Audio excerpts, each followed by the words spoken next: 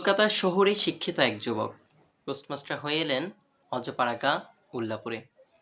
চারপাশে শুধু বন, জঙ্গল আর কাদা। তার মন সেখানে কিছুতেই টিকছিল না। সেখানে তার একমাত্র সাথী হলো অনাথ বালিকা রতন।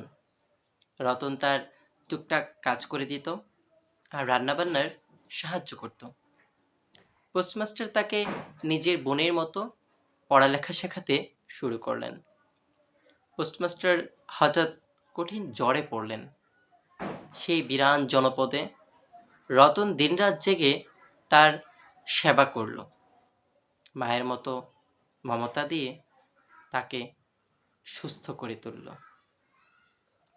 সুস্থ হয়েই পোস্টমাস্টার বদলির আবেদন করলেন।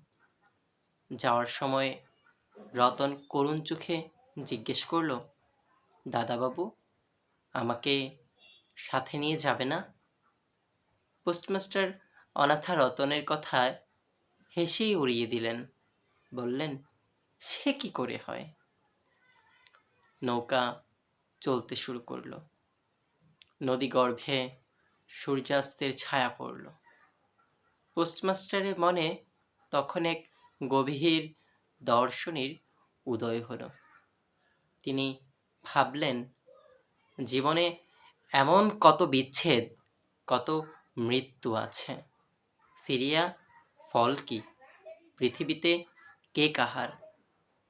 নৌকা দূরে হয়ে গেল, কিন্তু তীরের উপর পড়ে রইল এক অবুঝ হৃদয়ের চিরস্থায়ী হাহাকার।